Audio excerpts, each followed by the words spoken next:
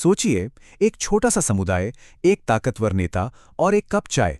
लगता तो है कि ये एक छोटी सी बात है, लेकिन इसी में छिपी है एक पूरे गांव के भविष्य की लड़ाई। तो चलिए समझते हैं इस पूरे मामले को। और कहानी में टेंशन की एंट्री होती है मुखिया जी के इस एक फरमान से, हमारा बैनरवा लगेगा। ये सिर्फ एक बैनर की बात नहीं थी, ये तो कह सकते हैं पावर का शो ऑफ था। तो सवाल यही उठता है कि क्या ये सिर्फ एक बैनर की बात थी या फिर एक बहुत बड़ी लड़ाई की शुरुआत। देखिए, यहां पर ना दो दुनियाएं आमने सामने हैं, एकदम साफ। एक तरफ है काका की चाय की टपरी, जहां लोग मिलते जुलते हैं, उनकी रोजी रोटी चलती है, और भाई वो जो एक खास चाय मिलती है ना, उसका तो क्या ही कहना। और दूसरी तरफ है मुखिया का बैनर, जो बस उनकी पॉलिटिकल पावर और उनके अपने एम्बिशन का एक सिंबल है। तो होता यह है कि मुखिया जी ऐलान कर देते हैं कि उनका बैनर गांव के सेंटर पॉइंट पर ही लगेगा।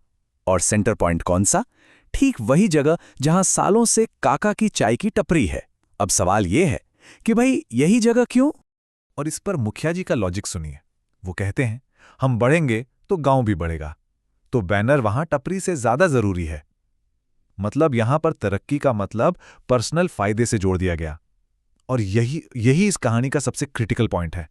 तो चलिए अब ये देखते हैं कि मुखिया जी की इस जिद की, इस एम्बिशन की कीमत आखिर चुका कौन रहा था।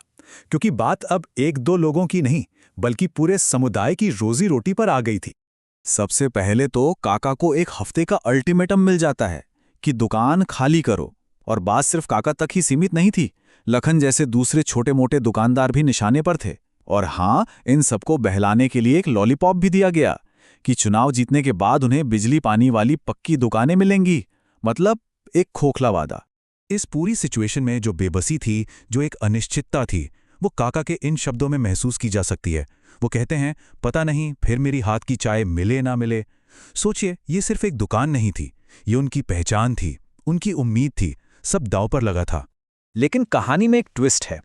इस बैनर की कहानी के पीछे एक बहुत गहरा राज छिपा हुआ था। अब कहानी का फोकस बदलता है और हम मुखिया की सीक्रेट प्लानिंग की तरफ बढ़ते हैं। अब यहां एक बहुत लॉजिकल सवाल दिमाग में आता है कि भाई, अगर बैनर गांव के सेंटर पॉइंट के लिए ही था, तो फिर गांव के किनारे बसी इन दुकानों को क्यों टारगेट किया जा रहा था? मुखिया की कहानी में ये एक बड़ा लूप होल था जो पकड़ में आ रहा था। और फिर असली वजह सामने आती है। काका बताते हैं कि उन्होंने क्या सुना था। वो कहते हैं, सुना, मुखिया जी गांव के किनारे सड़क पर बाजार बनाना चाहते हैं और उन पक्की दुकानों को किराए पर देकर मुनाफा कमाना चाहते हैं। और बस यहीं पर पूरी गेम पलट जाती है। ये था कहानी का असली टर्निंग पॉइंट।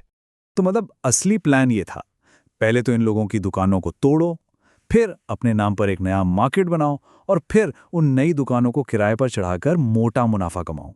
वो जो पॉलिटिकल बैनर था ना, वो तो सिर्फ एक पर्दा था, एक कवर स्टोरी थी। अब कहानी अपने क्लाइमैक्स की तरफ बढ़ रही है। एक ऐसी लड़ाई जहां ताकत का मुकाबला ताकत से नहीं, बल्कि एक छोटे से कागज से होने वाला था। तो आखिर वो दिन आ ही जाता है, डिमोलिशन का दिन।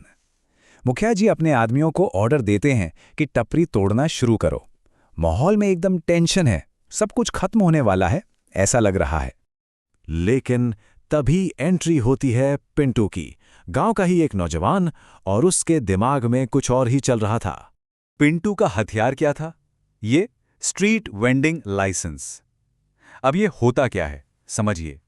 ये डिस्ट्रिक्ट ऑफिस से मिला एक लीगल डॉक्यूमेंट होता है जो किसी भी रेहड़ी पटरी वाले को एक फिक्स्ड पब्लिक जगह पर काम करने का अधिकार देता है और उसकी सुरक्षा भी करता है।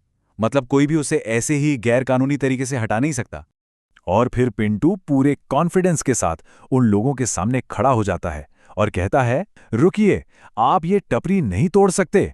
ये रहा जिला अधिकारी के ऑफिस से मिला स्ट्रीट दुकान का लाइसेंस। और बस एक कागज के टुकड़े ने पूरी पावर को रोक दिया। डिमोलिशन का काम वहीं का वहीं खप। तो इस एक घटना ने तरक्की का, प्रोग्रेस का असली मतलब सबके सामने लाकर रख दिया, जो सिर्फ बैनर लगाने या मार्केट बनाने तक सीमित नहीं है। पिंटू सबको कानून समझाता है। वो कहता है कि मुखिया जी को अपने बैनर के लिए कोई दूसरी कानूनी सरकारी जगह ढूंढनी होगी। वो किसी की लाइसेंस वाली रोजी रोटी को इस तरह से बर्बाद नहीं कर सकते। ये एक परफेक्ट एग्जाम्पल है कि कैसे कानून एक आम इंसान को ताकतवर के खिलाफ प्रोटेक्ट करता है। और आखिर में ये कहानी हमें बहुत ही गहरी सोच के साथ छोड़ जाती है कि देश का विकास अपना फायदा करके नहीं, देश के लिए कुछ करके होगा। असली तरक्की किसी एक के फायदे में नहीं, बल्कि सबके विकास में है।